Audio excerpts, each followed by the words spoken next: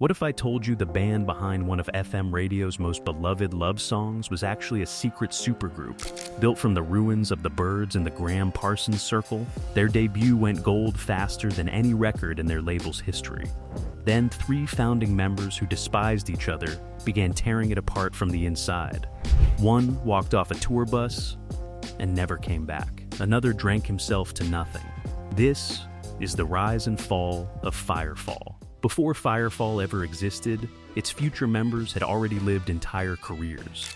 They had chased success, tasted it, lost it, and found their way back to the beginning. By the early 1970s, a loose community of battle-scarred rock veterans had quietly gathered in the mountain air of Boulder, Colorado, drawn together not by a master plan, but by the gravitational pull of shared talent and a burning need to start over. Rick Roberts was among them. He had spent the early years of the decade carrying the creative weight of the Flying Burrito Brothers following the departure of Gram Parsons. Roberts possessed an ear for raw talent that bordered on instinct. It was Roberts who, during a stop in Washington, D.C., wandered into a local club and heard a young folk singer named Emmylou Harris. He was so stunned that he rushed back to his hotel and woke his bandmate Chris Hillman in the middle of the night, pulling him back out to hear her. Hillman called Gram Parsons the next morning. Parsons hired Harris as his signature duet partner. That single act of recognition quietly changed the direction of American music. Before we continue, don't forget to like and subscribe to the channel. Guitarist Jock Bartley arrived in this circle through an equally unpredictable path. When Gram Parsons and the Fallen Angels arrived in Boulder for a tour date and found their guitarist struggling, the club owner called in Bartley as a last-minute substitute. Bartley had never rehearsed the material. He sat in, saved the show, and was hired on the spot. The tour management put it simply: 2 out of 3 beats 0 out of 3. Bartley spent his first overnight bus ride to Austin, frantically trying to learn James Burton's intricate guitar licks note by note from a spinning record on a bouncing bus, before the next night's gig.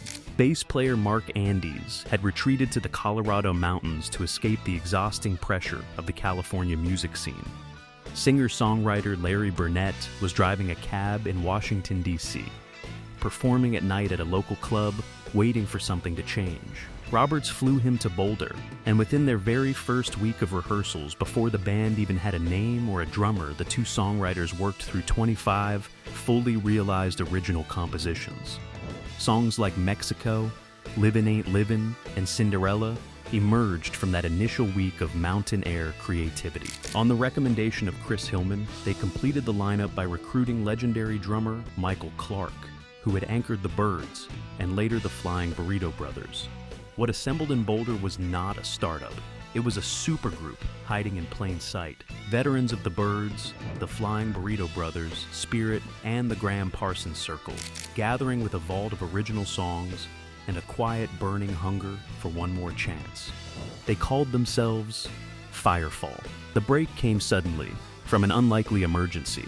In June 1975, Roberts, Bartley, and Andes were touring as the backing band for Chris Hillman. When Hillman fell severely ill with a high fever just before a prestigious engagement at a Greenwich Village club, the band chose to press forward. They hurriedly flew Burnett and Clark in from Colorado and took the stage as Firefall, performing under their own name for the first time. In the audience sat representatives from a major label's artist and repertoire division. They had been circling a 3-song demo the band had submitted. What they heard that night, the vocal harmonies locking together in real time, the acoustic guitars ringing clean and precise, the chemistry of 5 musicians who had lived entire lifetimes before this moment convinced them on the spot.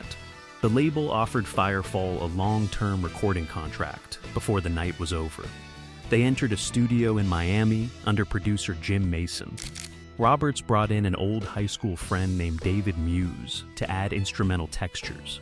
Muse was a gifted multi-instrumentalist who played flute, saxophone, and keyboards with an effortless, melodic ease. On one particular Roberts track, Muse laid down a breezy, floating flute line that seemed to breathe with the same openness as the Rocky Mountain air the band had been living in. That track was You Are the Woman. Released in the spring of 1976, the debut album moved faster than anyone had anticipated. It achieved gold certification more rapidly than any other record in the label's history at that time. You Are the Woman soared to number 9 on the Billboard Hot 100 by November. Jock Bartley later reflected that the secret of the song's enduring appeal was its sincere, unguarded simplicity. Every young woman wanted to believe she was the subject of it. Boyfriends and husbands flooded radio stations with dedications. It became a musical love letter that spoke for a generation of people who did not quite have the words themselves. But behind the gold album and the radio triumph, a creative tension was already forming. Bartley was a jazz-trained guitarist who had studied under a legendary guitar teacher from the age of 8. A man who had drilled into him the principle that one perfect, carefully placed note was worth more than 30 frantic ones. Bartley applied that philosophy to everything he played, but pop radio did not want philosophical restraint. It wanted the soft glow of You Are the Woman, again and again. Meanwhile, the debut also contained Cinderella, a Burnett composition written when he was just 16, a dark, unresolved folk narrative about a young man facing an unplanned pregnancy and the ambiguous question of whether he stayed or walked away. It reached number 34. It was about as far from the breezy romance of their hit single as a song could travel. The contrast was not incidental. It was a warning of the creative tension building at the center of the band. For a few extraordinary years, Firefall seemed untouchable. Their second album, Luna Sea, delivered Just Remember I Love You, a song so smooth it climbed to number 1 on the Billboard Easy Listening chart. Their third album, Elon, released in 1978, earned platinum certification and produced what many fans still consider their most artistically ambitious single. The peak of their commercial run was marked by performances that placed them beside the biggest acts of the era. On May 1st, 1977, the band played before a record-breaking hometown crowd of 61,500 people at Folsom Field in Boulder as part of the Fleetwood Mac Rumors Stadium Tour. Sharing the bill that day were John Sebastian, Bob Seger at the height of his commercial powers, and Fleetwood Mac closing the night. Bartley stood in the wings during that tour, studying the musicality of his contemporaries, absorbing everything from players like Christopher Cross, Orleans, and England Dan and John Ford Coley. The recording of Just Remember I Love You reflected the interconnected web of talent that defined the era.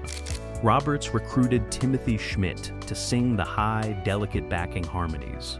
Schmidt's career at that moment was remarkable. He had replaced Randy Meisner in Poco in 1969, and by late 1977, replaced Meisner again in the Eagles. His effortless vocal contribution gave the Firefall track its silk-smooth emotional center and sent it to the top of the Easy Listening chart. Then came Strange Way, written by Rick Roberts and built around an opening couplet composed by his close friend Linka Adams. Lines so haunting that Roberts felt compelled to construct an entire song arrangement around them, the track became the emotional centerpiece of Elon. Adams gave Roberts sole songwriting credit, generously refusing to claim her share of what eventually became over 1 million documented radio broadcasts. The recording was co-produced by Tom Dowd, the legendary engineer who had shaped landmark albums for the Allman Brothers and Eric Clapton. Dowd brought both discipline and heart to the sessions, guiding the band through an extended, emotionally charged flute and saxophone duel at the track's climax that stood as one of the most musically ambitious moments captured on late 1970s rock radio. It's a strange way to tell me you love me. The warm acoustic guitars, the layered harmonies, the unhurried confidence, it sounded like a world that would always be there. But inside the band, the distance between what the world heard and what was actually happening had already begun to widen. The image of Firefall as a band of relaxed Colorado cowboys was carefully maintained, but it was always a partial fiction. Jock Bartley later spoke with remarkable candor about the reality behind the harmonies. The band had 5 or 6 diametrically opposed personalities, he said. 3 of the founding members, by his account, could not stand each other from the very beginning. What held them together was not personal warmth, it was the music, and the commercial machine that the music had set in motion. Drug and alcohol problems ran deep through the lineup. The endless cycle of touring and recording magnified every personal tension. And while the public heard effortless harmony, the pressure behind closed doors was relentless. "We caused our own demise," Bartley admitted years later. There was no single villain in the story, no dramatic betrayal. Just 5 strong, difficult personalities grinding against each other until something gave way. The internal stress intensified during the recording of Luna Sea, when the label rejected initial mixes and demanded the album be extensively reworked at considerable expense. The band's management, backed by their close friend Mick Fleetwood, negotiated the expensive remixing process, but the financial strain pushed the band deep into debt. The resulting resentment led them to fire their management team within the year. The very people who had helped save the album became casualties of the crisis it created. By 1980, the music industry itself had transformed around them. The artist's first philosophy of the early 1970s, when labels signed bands based on their songwriting and gave them room to grow organically, had been replaced by a corporate machinery that sent executives into studios uninvited, demanded specific singles, and measured every creative decision against projected chart performance. For a band already fractured by internal friction, this sudden and total loss of artistic autonomy became unbearable. Their 1980 album, Undertow, peaked at only number 68, a commercial collapse, compared to their platinum predecessors. That disappointment was the final breaking point for bass player Mark Andes and drummer Michael Clark. Exhausted by years of clashing egos and weighed down by their own severe personal struggles, both men walked away. The original rhythm section was gone. The band that had defined a sound was beginning to lose the people who had created it. By 1981, the disintegration of Firefall's creative core had reached a point from which there was no returning. The departures of Andes and Clark were devastating. What followed was the unraveling of the band's 2 primary voices. Larry Burnett's battle with drug addiction had escalated alongside the band's wealth and fame. The grind of years on the road had brought him to the edge. In April 1981, on a morning in Orlando, Florida, the band gathered to board a flight to Nevada for their next show. Burnett refused to get on the plane. He purchased a one-way ticket to Washington, D.C., checked himself into a drug rehabilitation unit, and began the long, grueling climb back towards sobriety. He later reflected that he had known with absolute certainty that one more day on the road would have killed him. Shortly after Burnett's exit, Rick Roberts, whose health had been declining for some time, also departed. With both primary songwriters and lead vocalists gone, the label dropped the band entirely. Because of how the band's corporate structure had been organized, Jock Bartley inherited the Firefall name by default. He refused to let it die, but keeping the name alive meant replacing everyone who had made it mean something. To record the next album, the band brought in a new drummer whose physical resemblance to Michael Clark had caught their attention in a Colorado bar. They also recruited a session singer for a duet that reached the lower rungs of the charts, a track that bore almost no resemblance to the acoustic, harmony-driven world of You Are the Woman or Strange Way. Subsequent records were assembled almost entirely with transient session players. Bartley stood at the center of these shifting lineups as the sole remaining founding member, a solitary figure carrying a famous name through a musical landscape that no longer resembled anything he had helped create. The question that had begun to hang in the air, though few wanted to ask it directly, was one that every serious music fan eventually faces. At what point does a band stop being the band you fell in love with? Is it when the lead singer leaves? When the primary songwriter departs? For Firefall, by the early 1980s, the answer had quietly arrived. The name survived. The magic of 1976 had not. As the decades passed, the story of Firefall was shadowed by losses that went far beyond chart positions and lineup changes. The rock and roll life that had brought these musicians together exacted a price measured in years and lives. Michael Clark's story was among the most sobering. He had originally been recruited by the Byrds in 1964, largely because he looked like Brian Jones of the Rolling Stones, and had never actually played the drums before joining, practicing on cardboard boxes until he could acquire a real kit. Despite developing into a respected country rock drummer whose instincts helped define multiple landmark bands, Clark battled severe alcoholism his entire life. He began drinking at 14. In a letter written near the end of his life, he admitted he could hardly remember ever being sober again. By the late 1980s, his body had completely failed him. He passed away on December 19, 1993, at the age of 47. In his final days, he expressed a deep wish to use his story as a warning to young people about the consequences of alcoholism. His wife honored that wish by establishing a foundation in his memory. In August 2022, Firefall suffered another devastating loss with the passing of David Muse from cancer. Muse's airy flute and saxophone work had given Firefall its most instantly recognizable instrumental signature. His death left Bartley as the last man standing, carrying the weight of his fallen bandmates and the legacy they had built together. Bartley faced criticism from purists who argued that the modern touring version of Firefall was little more than a tribute act.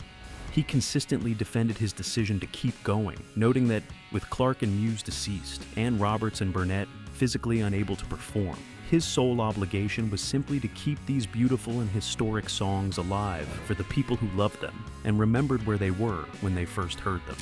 "I don't feel bad about continuing," he said. "We sound like Firefall." It was not a triumphant declaration. It was the quiet statement of a man carrying more weight than anyone watching from the audience could fully see. What Firefall ultimately left behind was simpler and more durable than the complicated story of how they fell apart. They left the songs, and the songs, against all odds and all the years of turmoil, refused to disappear. Inducted into the Colorado Music Hall of Fame in 2015, Firefall was recognized as a cornerstone of American country rock, a band whose harmonic sensibility and deep commitment to craft touched the Eagles, Poco, and an entire generation of acoustic-driven songwriters who came after them. Their catalog remained a permanent fixture of classic rock radio, and as streaming platforms expanded, their signature recordings reached new listeners with each passing year. Bartley himself offered one of the clearest explanations for why those songs had lasted. In the 1970s, he reflected, bands like Firefall operated under a strict creative hierarchy.